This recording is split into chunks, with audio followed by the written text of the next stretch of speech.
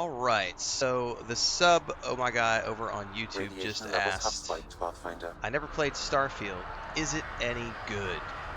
I was looking at it early, kind of interested now. You were looking at it earlier, I see. And also Andromeda looks pretty good for an old game. Yeah, technically this isn't that old. I mean, it's like 7, 8 years by this point, but it does look great for its time period. So this is perfect timing for me to talk about this. I was going to actually make a video about Starfield anyway because it's 2025. So for the algorithm, I need to have a video in here that says, "Hey, is Starfield worth playing?"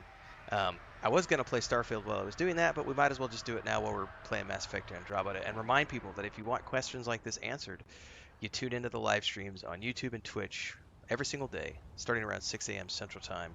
Come hang out while we play games, and you get to have fun conversations as well. Like, I never played Starfield. Is it any good?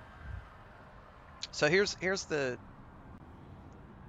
answer to that. I'll give a longer answer. Um, if so, I have 2 playthroughs in Starfield. I've got about 650 hours between 2 playthroughs, and I've played the DLC. I own the Ultimate Edition, whatever it was that I bought when it first came out. So Starfield does a lot of things good.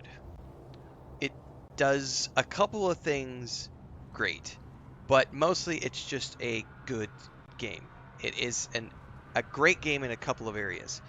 The thing to understand about Starfield is that it's a Bethesda game, right? So it's got jank. So you know how we've been playing a lot of Kingdom Come Deliverance recently, getting prepped for Kingdom Come Deliverance 2. Kingdom Come Deliverance has a lot of jank.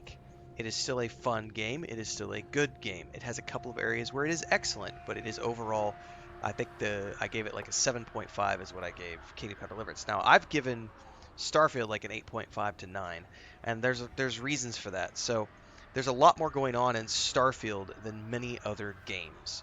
So Starfield is first and foremost a Bethesda RPG. Just don't go any further beyond that point. It's a Bethesda RPG. So if you've ever played Skyrim, any of the Elder Scrolls games, if you've ever played any of the Fallout games, Elder Scrolls Online, you already know what a Bethesda RPG is. And that's what Starfield is. It's a Bethesda RPG. And in that arena, it does very well. It is a good Bethesda RPG. It has layers beyond other Bethesda RPGs.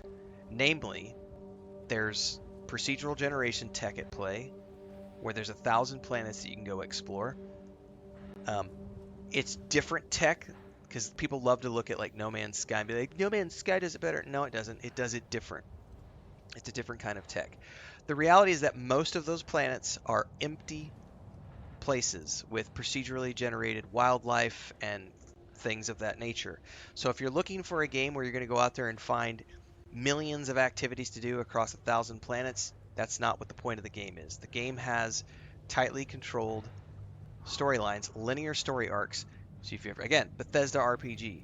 Remember the Mage quest, the Adventurers Guild quest for, or you go to Fallout and you've got your main quest and this faction quest and that faction quest. It's the same thing.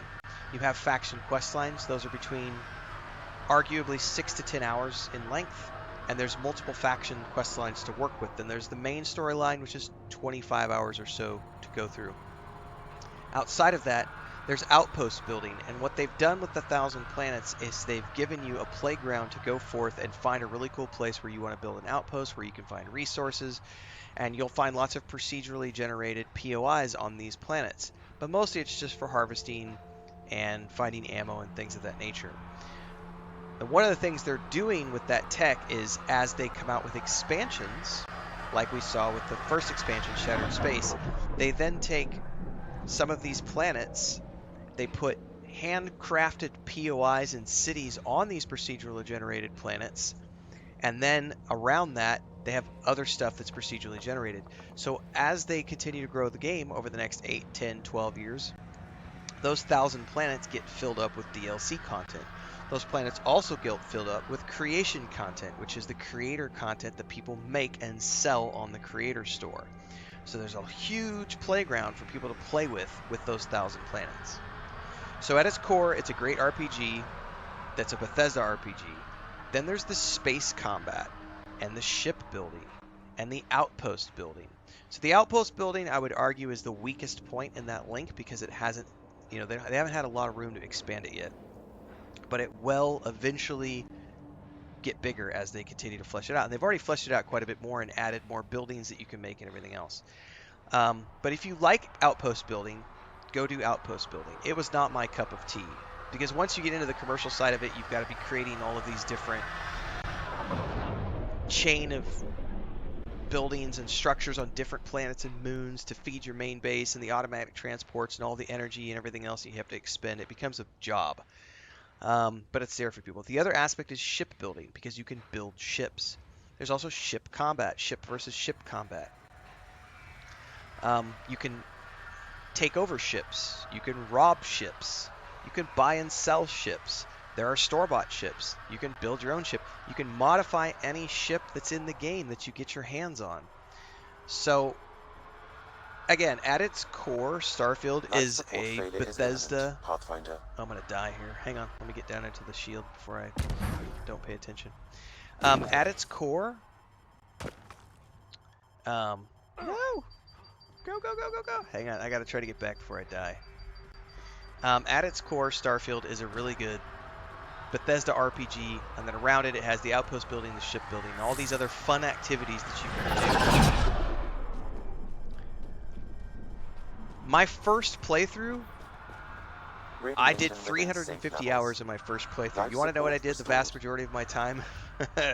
Like 300 hours of my first playthrough was me roaming around the galaxy in my ship, doing space trucker missions, and blowing pirates out of the sky, and going and investigating pirate bases and taking out pirate leaders. There's a Radiant quest system so that you can go get quests from these consoles, and it's just random repeatable stuff to go kill pirates. But I always had fun with it because it was I'll take 5 quests. It's 3 of them are to go blow up pirate ships and 2 are to infiltrate bases. So I would just cruise along on my ship, do a delivery, go blow up some space pirates, and then go down on a planet, kill a pirate captain, come back, call it a day, and come back and do it again tomorrow. It was a 30-minute gameplay loop, and it was just something fun I did for 30 minutes a day. So I quite enjoy Starfield, while also understanding that it has flaws. Namely, it's not cyberpunk, it's not ground-shaking storyline.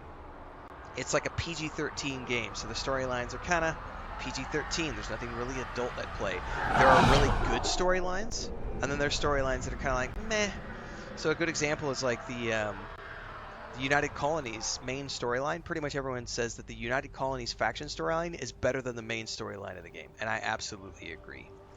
And then we get to the Shattered Space DLC, which was fun, but also kind of meh. I argue it was the best if you took along a very specific romantic companion, because that was her home planet. And if you took her to her home planet, that storyline played out in a really fun way. But if you took any other companions, or if you didn't have romances at all, that DLC storyline wasn't really what a lot of people thought it was. They all thought it was going to be this big story DLC that was going to...